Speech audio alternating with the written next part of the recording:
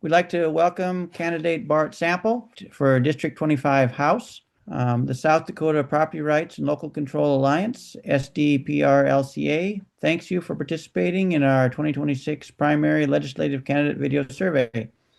As a nonpartisan grassroots organization, SDPRLCA is dedicated to protecting private property rights and maintaining local authority.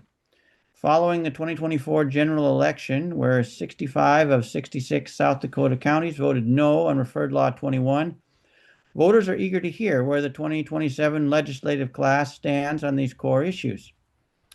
And we've got a couple ground rules. We give you a chance to introduce yourself for 1.5 minutes.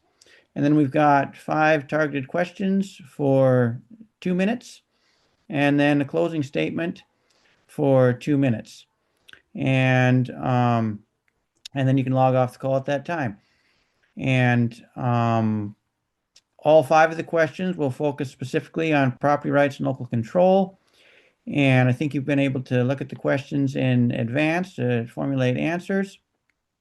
And the recordings will be posted on our Facebook page, on the YouTube channel, and on our website. So, Bart, if you'd like to introduce yourself.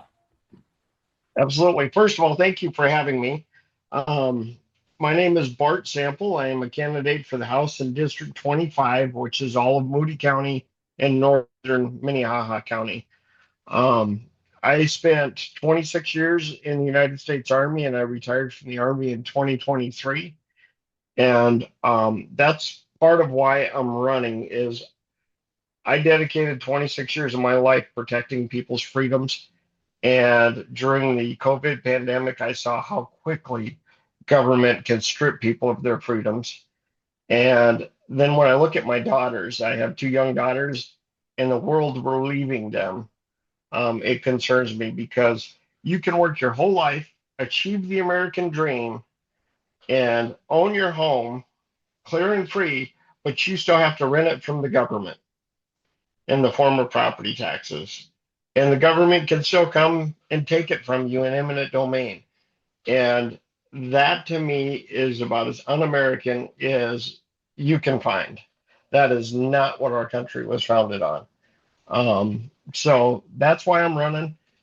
I want to try to leave a better place for my children and your children and grandchildren, and to protect our freedoms that over 1.3 million men and women have died for in our military, to give us these freedoms that are granted by our Creator, and they died protecting our freedoms. And government has gotten too big and is picking winners and losers in the economy, and we've got to stop that and rein government in. All right. Well, that sounds great, Bart. Thank you. So we'll get into the questions here. The first question is district specific. What do you identify as the primary property rights issue in your district, and what is your single most serious concern regarding it, such as resource depletion, loss of local control, or unintended consequences? Okay, well, in this district, we were obviously in the hotbed of the CO2 pipeline, and that really helped spark a grassroots initiative that ended up with RL21, and us winning 65 of 66 counties. And now the other thing that really affects our district right now is the Smithfield project, moving in Sioux Falls up to the very southern edge of our district, which affects adjoining landowners, and they weren't a part of the process in that decision making. And so that concerns me. There's homeowners that are just on the wrong side of the street, but they have invested their entire life savings into their homes, and now because of that project, they have lost their value. But the city of Sioux Falls wouldn't buy them out at fair market value because they were on the wrong side of the road. They were on the crook side of the road, and That is not how economic development should be done. They were totally unaware of the project until it was just dumped on their lap. They were not part of the process. And if you're going to do economic development, you have got to have all of the stakeholders and all of the property owners that it affects at the table. Thank you very much. Question 2 is an action plan. What specific legislative action or policy change would you champion to address this issue? Well, one, you we need to protect all property owners' rights. Now, Sioux Falls, with their foundation park in the Smithfield example, that is their industrial park, and they have property rights. They can develop that how they wish. But we also need to make sure that other property owners are a part of that conversation and that are directly impacted by that. And that's the number one thing I'm hearing from my constituents down around Crooks is they're not so upset that the plant is coming in because, I mean, let's face it, South Dakota's an ag state. It is value added agriculture.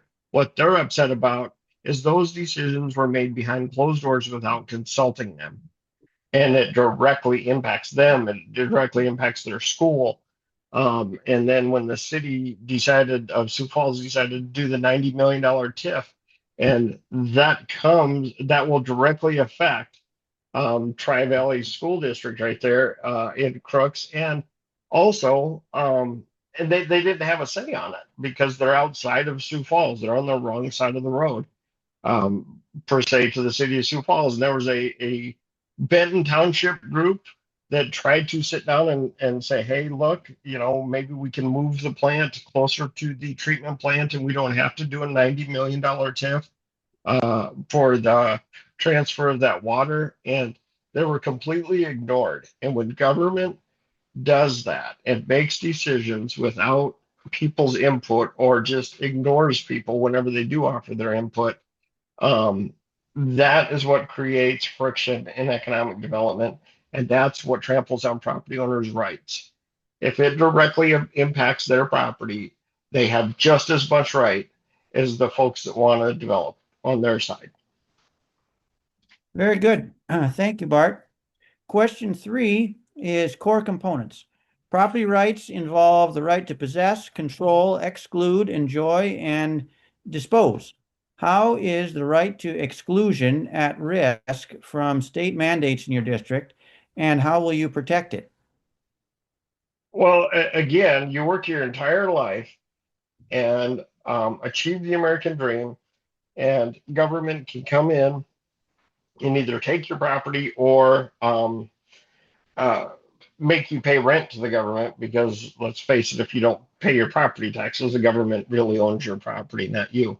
And you have that right of freedom of enjoyment of your property without government interference. Government exists to protect our rights. Our rights come from our creator. Government does not grant our rights. Government exists to protect those rights. And we need to, the legislature has tried to strengthen that. I think it was SB 49, if I remember right, was Dylan Jordan's bill. We need to continue to push on that front with the legislature protecting everyone's private property rights. Thank you. Question 4 is eminent domain. Under what specific circumstances, if any, do you believe eminent domain should be used for projects owned by private corporations? Zero, none, nada. I say that as a business owner. As a business owner, I do not have a right to force my business onto someone else's private property. It is your exclusive use and freedom to enjoy your property. Never should eminent domain be used for private company gain. Even in the public good, where it's say a government entity that's using eminent domain, that needs to be very, very limited and as a last resort, back to its actual constitutional intent. But there's absolutely no reason that a private company can use eminent domain for their own profit. Thank you. Very good. So, question 5 is local control. Describe a scenario in which local control is not enough protection. I'll go back to the Smithfield project because um, the local control at the Crooks level on their side of the street had zero say in the local control in the Sioux Falls level and what they were going to do within their city boundaries. But because they abutted against each other on the road, um, Crooks had no say in it. And that is the place for the state to make sure that um, everybody's local control and local input and property owners' input is at the table. Very good. Very good. Um, well, that was the last question. So, in closing, as we head toward the June 2nd primary, it's vital that voters know how to reach their potential representatives. For our final 2 minutes, please let the folks in District 25 know how they can contact you directly, where they can pick up a sign to show their support, how they can join your team as a volunteer, and how to give donations. All right. My website is bartlsample4sd.com. And my phone number is 605-864-0403. And you could call me or text me or drop us a note on the campaign website, or you can reach out to me at bart.sample.71 on Facebook. And I will gladly get you a sign or answer any questions. I believe that in our representative republic, people should be able to reach out and touch their legislator at any time and air their concern or their thoughts or their opinion. And so I want to be as open and transparent as I can. And I encourage anybody with any questions to please reach out and contact me. And I will gladly get back with you. If I miss your call, leave me a voicemail and I will definitely get back with you, or text me an address and we'll get a sign out there to you. You know, if you've got the courage of your convictions, we must remember we work for the people, and under God, the people rule.